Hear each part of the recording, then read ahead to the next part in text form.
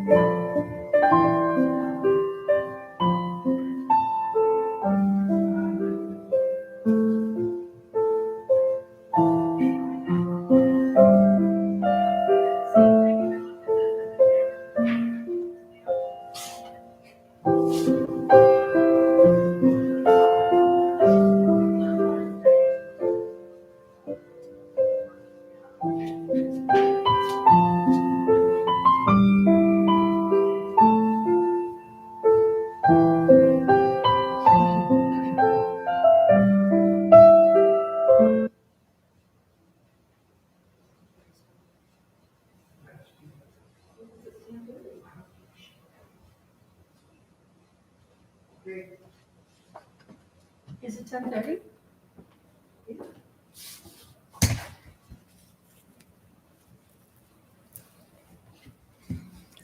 Good morning, and welcome to this service of worship at the Unitarian Universalist Church of Tucson. Happy New Year. My name is Celeste Rogers, and I have the great pleasure of serving as your worship associate today. Our community is as varied as the blooms of the Sonoran Desert. Whoever you are, whoever you have been, and whoever you are becoming, I invite you to bring your whole self here now. I extend a special welcome to visitors and invite you to fill out a guest information card, which Mary Weiss will post in the YouTube chat right now. Beginning today, this very first Sunday of the new year, UUCT will live stream most services from the sanctuary, and the Baja 4 collaborative worships will shift to happen about once every few months. The Baja 4 will continue to collaborate and focus on creating innovative worship services on fifth Sundays and occasional other Sundays. The first of those innovative Baja 4 worships will be on Sunday, January 30th, to celebrate and dedicate Mountain Vista's new building.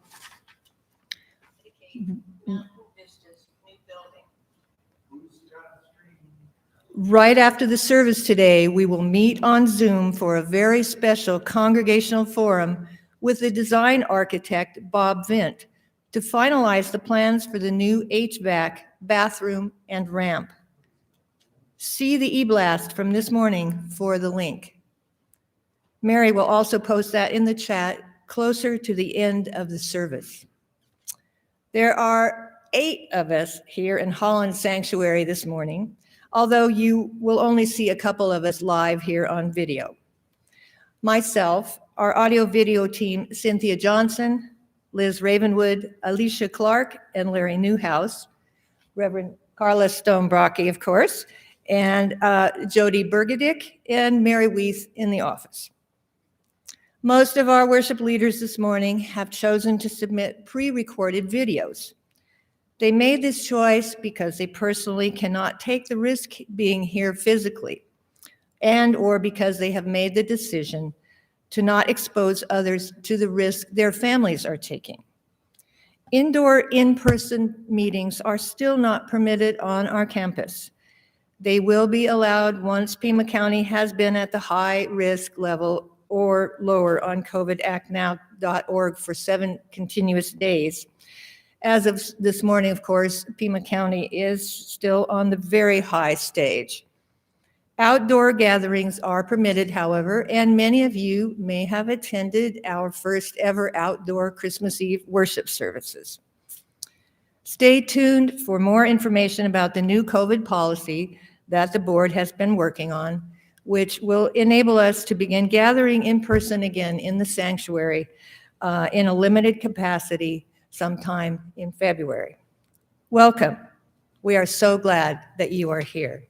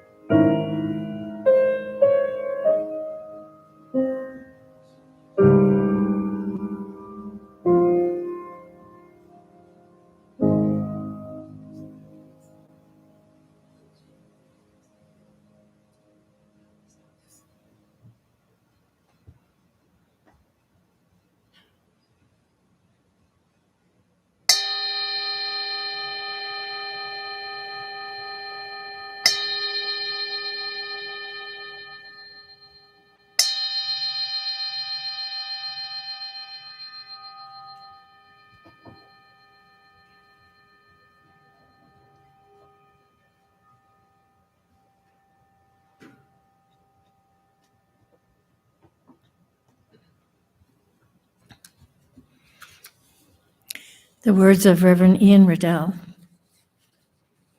Come, come, whoever you are.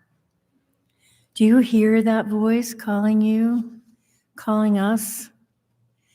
That voice which calls us together here today in this Zoom room, made holy by our presence and by the sacred breath we share in our singing and speaking and silence. That voice which calls us to remember that we are not alone and that we are inextricably linked to all other life, woven into a vast tapestry of existence of which we are a powerful, integral, and holy part. And just as we have been called together here today, we act as the voice, the heart, the hands of another call. The call to walk with the wanderers, sing and dance with the worshipers, proclaim the memory of those who have taken their leave, wrap the despairing and the broken in the arms of love and community. and hold the hands of all of us who have broken our vows and call us back again and again to the covenant and work of justice, humility, and steadfast faithfulness. For this, we are here together today. So, my friends, come, yet again come. Come, let us worship together. And I want to remind us that there's a piece of the song that we're going to sing in a little bit that doesn't often get sung. And it's, though I've broken my vows 1,000 times, though I've broken my vows 1,000 times.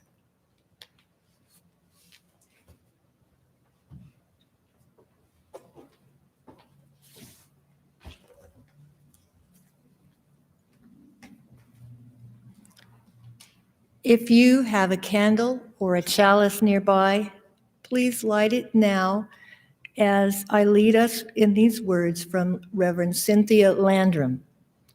Please read along with me as you are willing and able. Connection and commitment.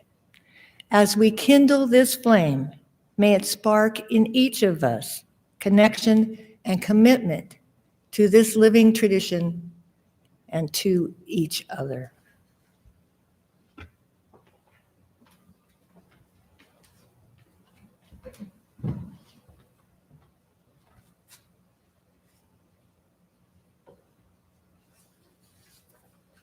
Come, come, whoever you are, wanderer, worshiper, lover of leaving. Ours is no caravan of despair. Come, yet again come. Come, come, whoever you are, wanderer, worshiper, lover of leaving. Ours is no caravan of despair. Ours is no caravan of despair. Ours is no caravan of despair. Ours is no caravan of despair. Ours is no caravan of despair. Ours is no caravan of despair. Ours is no caravan of despair. Ours is no caravan of despair. Ours is no caravan of despair. Ours is no caravan of despair. Ours is no caravan of despair. Ours is no caravan of despair. Ours is no caravan of despair. Ours is no caravan of despair. Ours is no caravan of despair. Ours is no caravan of despair. Come, yet again come.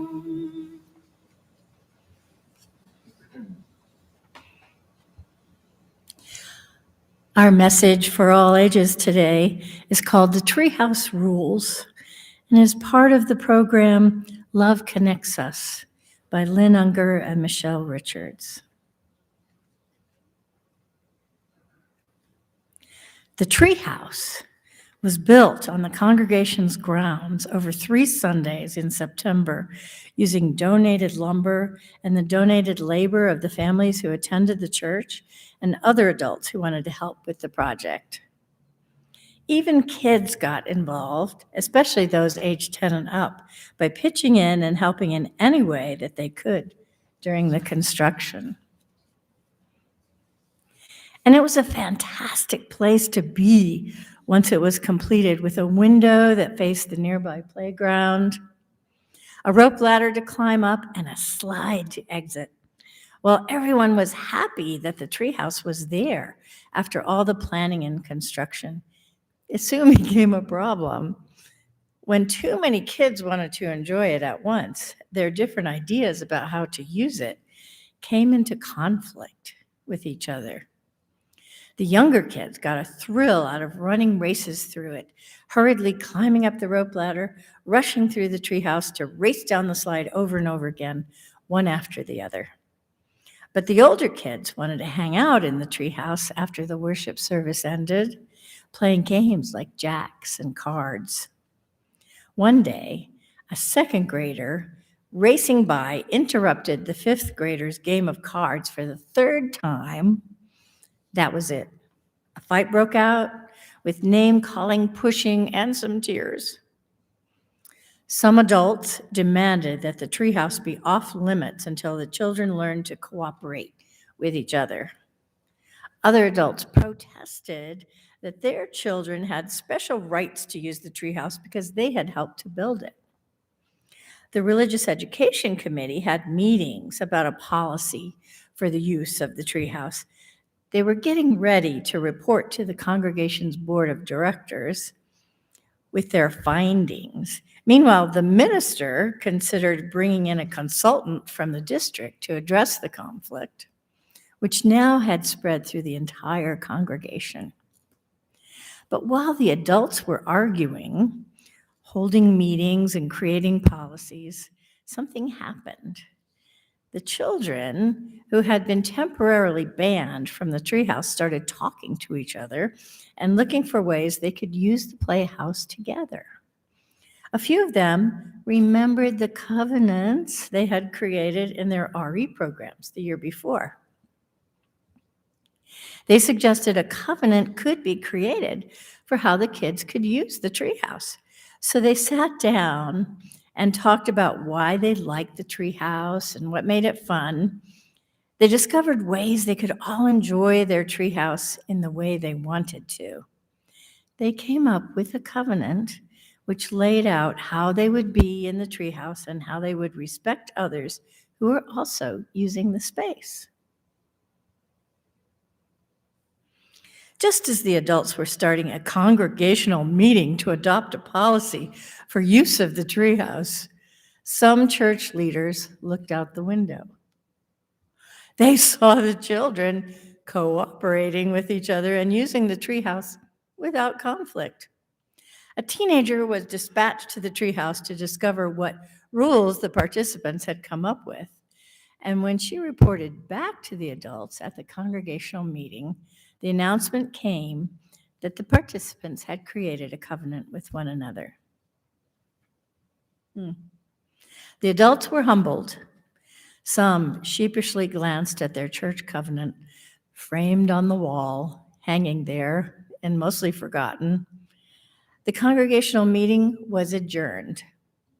The adults went on their way, reminded of the power of covenants, working together to find a solution, and the commitment of people in right relationship with one another, all because of the Treehouse Rules.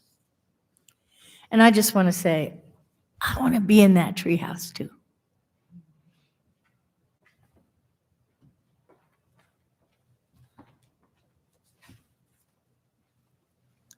Thank you for that wonderful story and that wonderful reminder. Here in this sacred community, we are reminded that we are not alone and that our lives do have meaning. Our earth is strong. It can hold our pain and our joy, our love and our anger. Our shared bowl, which we use for joys and concerns each week, is strong enough to hold the big rocks, our collective celebrations and mournings, and also the smaller stones we will add to signify our individual joys and concerns.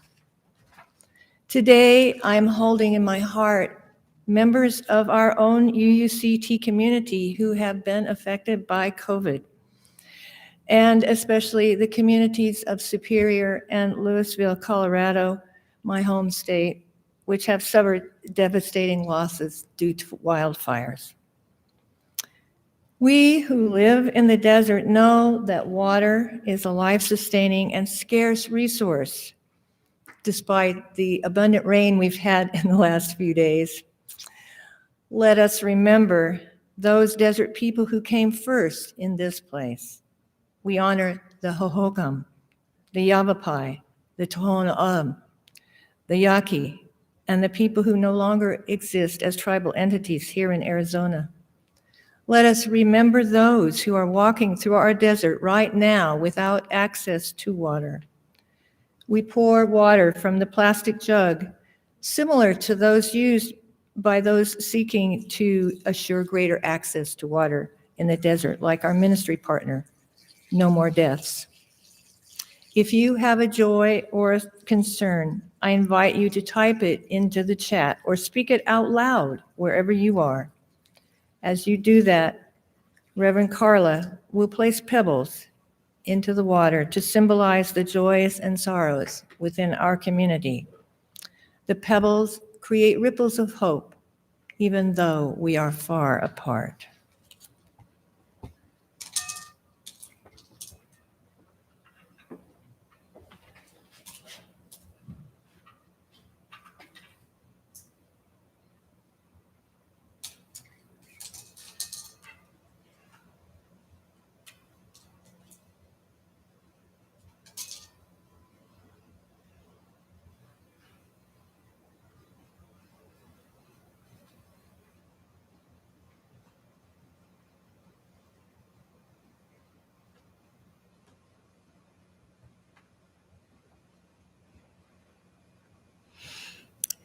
Let us pray.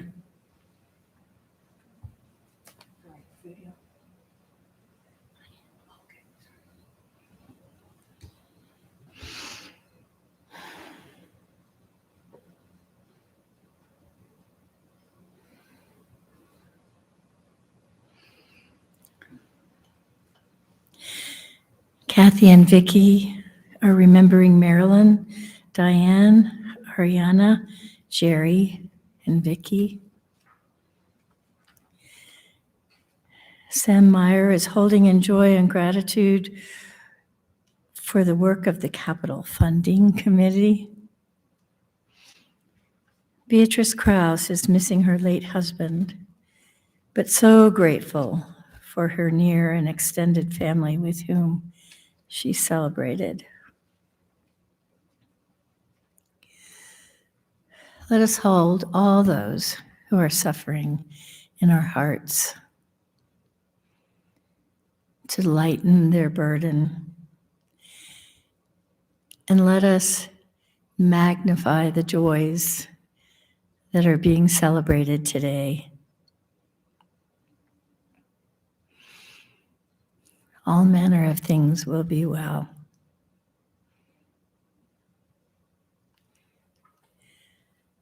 Help us to be who we can be. Amen.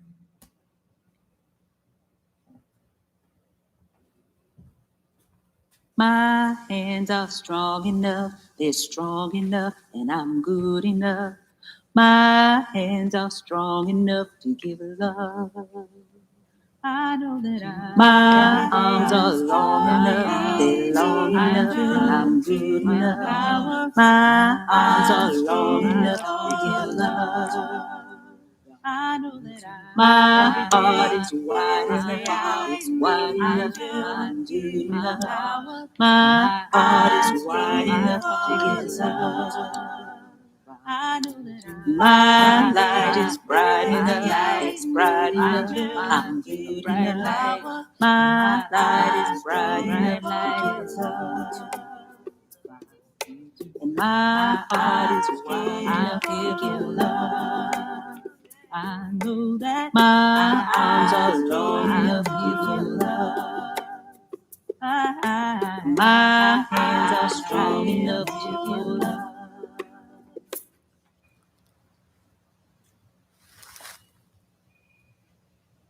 Uh-oh. No problem with it. Not a problem at all. I fix.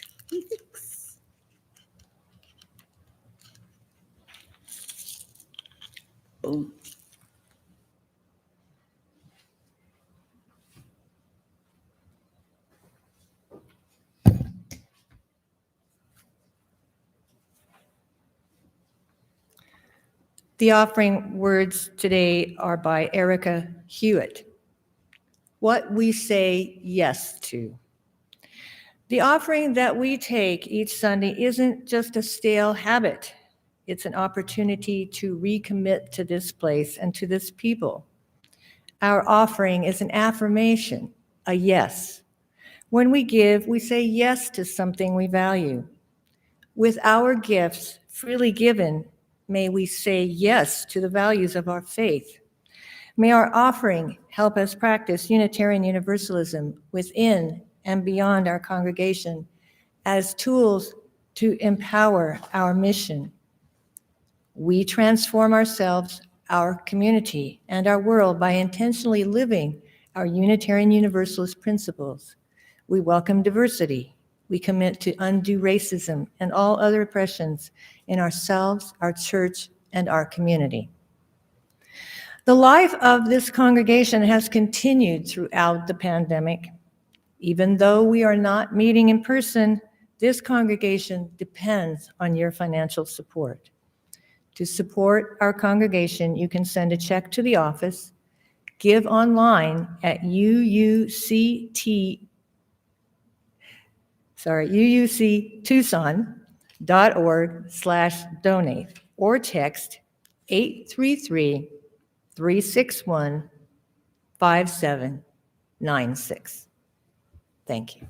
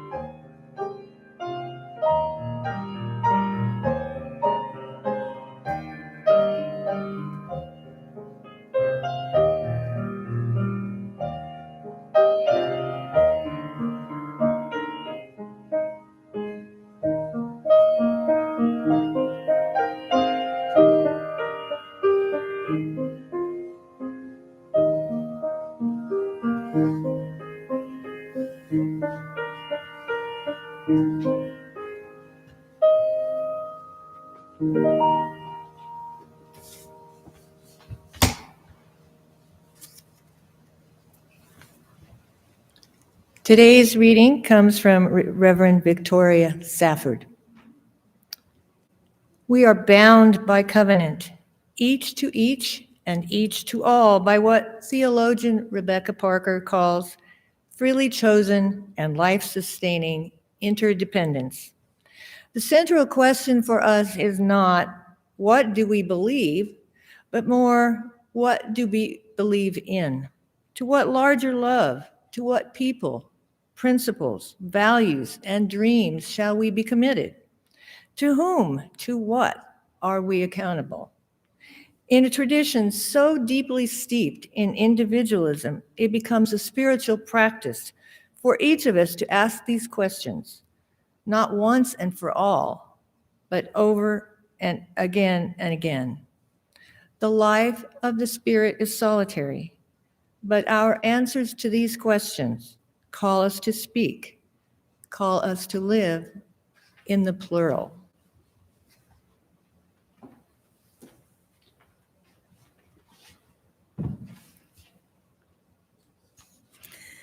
Our worship theme this month is commitment.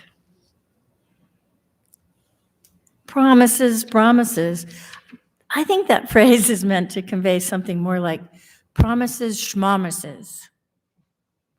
I know many of us no longer make New Year's resolutions because historically we rarely keep them. Commitment is a difficult thing indeed, and I think this society no longer values the integrity of kept promises as much as it used to.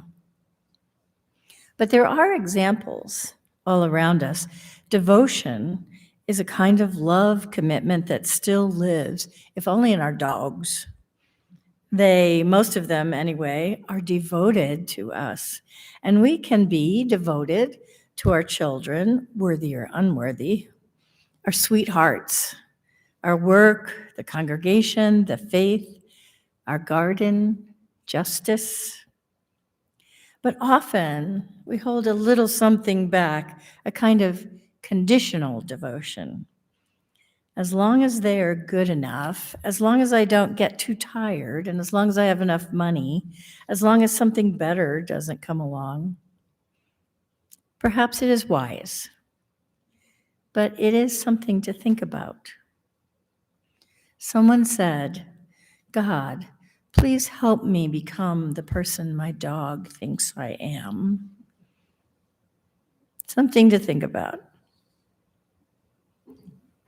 Pinky swear, I cross my heart and hope to die. I think as children, we had faith in promises for a while. You promised. Vows are a solemn pledge.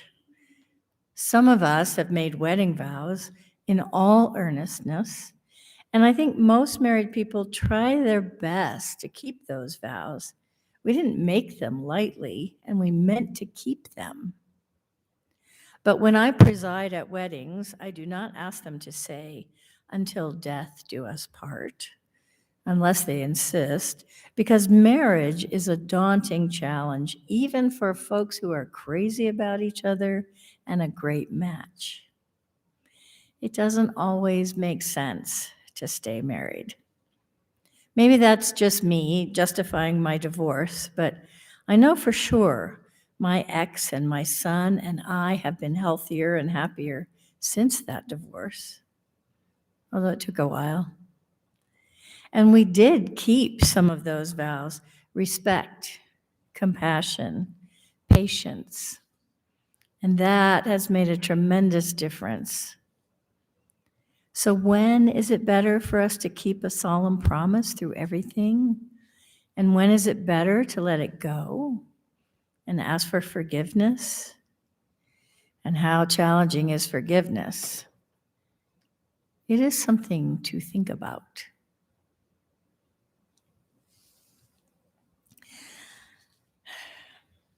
Dr. Seuss in Horton Hatches the Egg says, I meant what I said, and I said what I meant. An elephant's faithful, 100%. What about the commitment of faithfulness? We can be faithful to a task, an idea, a set of values or beliefs, a person. We can be loyal, constant. Some recovering Christians among us hold that faith is foolish. It is only adherent to a set of erroneous beliefs.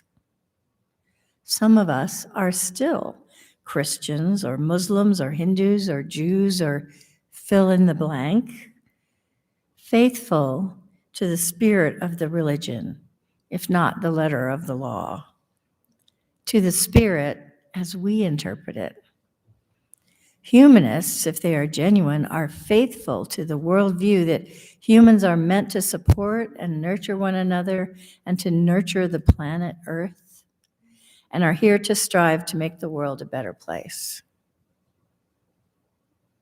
A crisis of faith is soul-wrenching and can sweep us from our anchors. And it can be an opportunity to reach a deeper understanding, a chance to build a faith in something even larger. J.M. Barrie in Peter Pan says, "All the world is made of faith and trust and pixie dust." Sometimes I need that kind of faith. It is something to think about.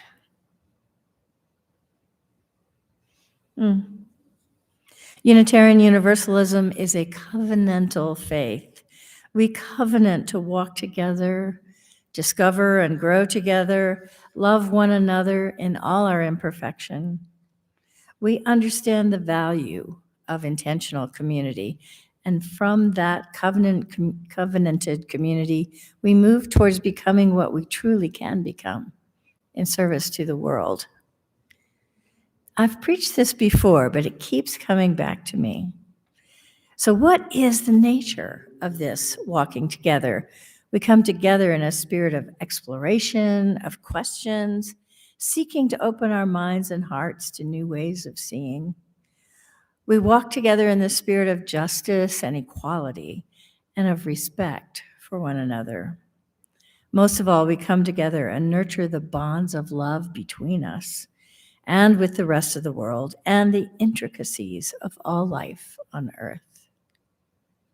My colleague Alice Blair Wesley has written a series of lectures, the Min Lectures, on the lay and liberal doctrine of the church, and she has a lovely description of the record of the founding of First Church of Dedham in the colony of Massachusetts Bay in 1638. One of our Puritan ancestors. She speaks with passion and awe of the spirit of love manifest in the doctrine of covenantal organization. She notes that rather than focusing on sin and dogma as we imagine those Puritans to have been, quote, "By far the most commonplace words in this written history are affection, affections, affectionately, embrace and love, loving, lovingly." Why?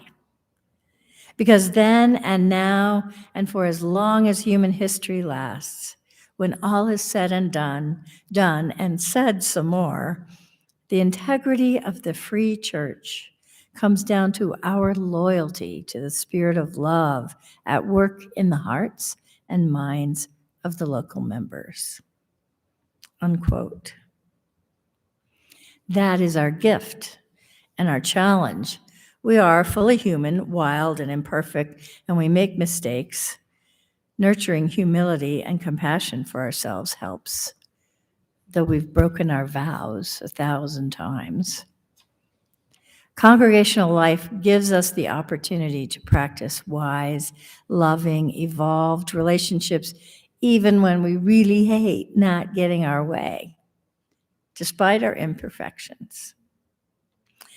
The integrity of the free church comes down to our loyalty to the spirit of love at work in the hearts and minds of the local members. Relationship is everything. It is something to think about.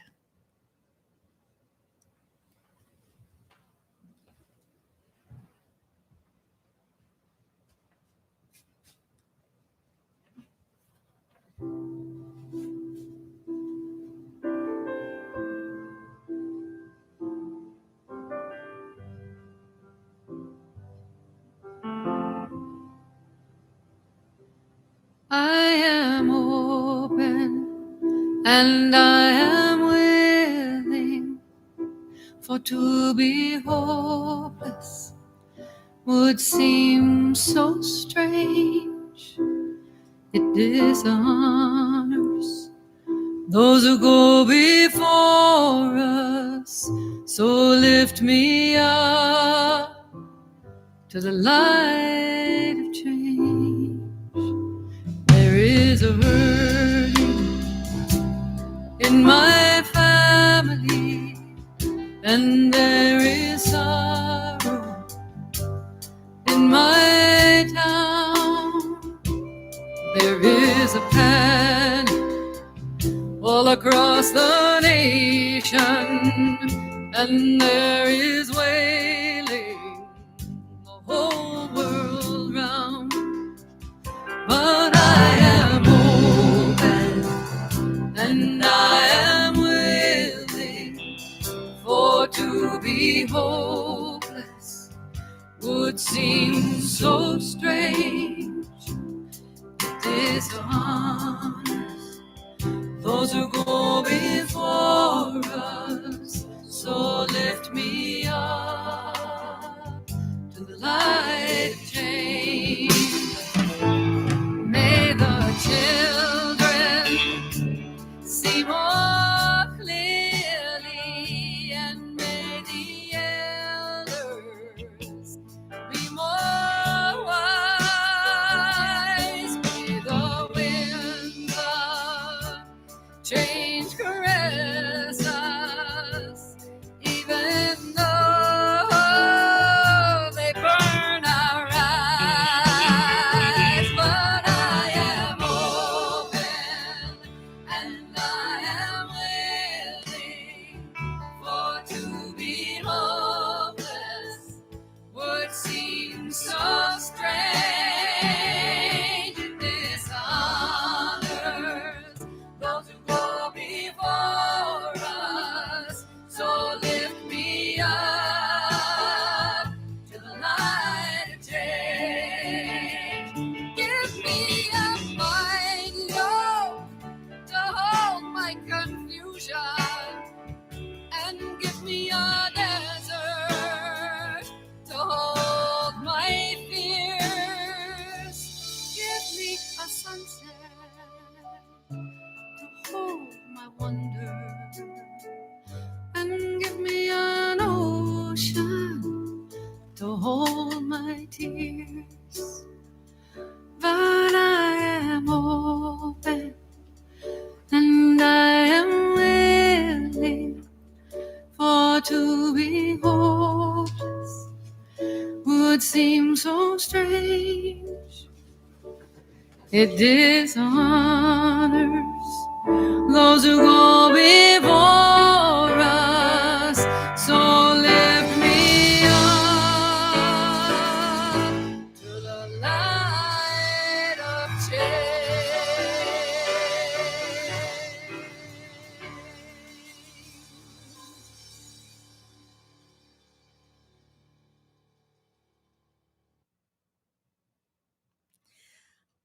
Our closing words are from Dennis McCarty on James Luther Adams.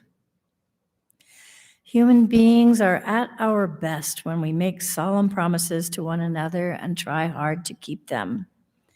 We are promise-making, promise-keeping, promise-breaking, promise-renewing creatures. Our very humanity lies in the way we carry out our promises to our families, our coworkers, our neighbors, and our fellow members of the human family. To be genuine, a covenant must be a covenant of being. It's not just about good words, but about actions. It is something to think about.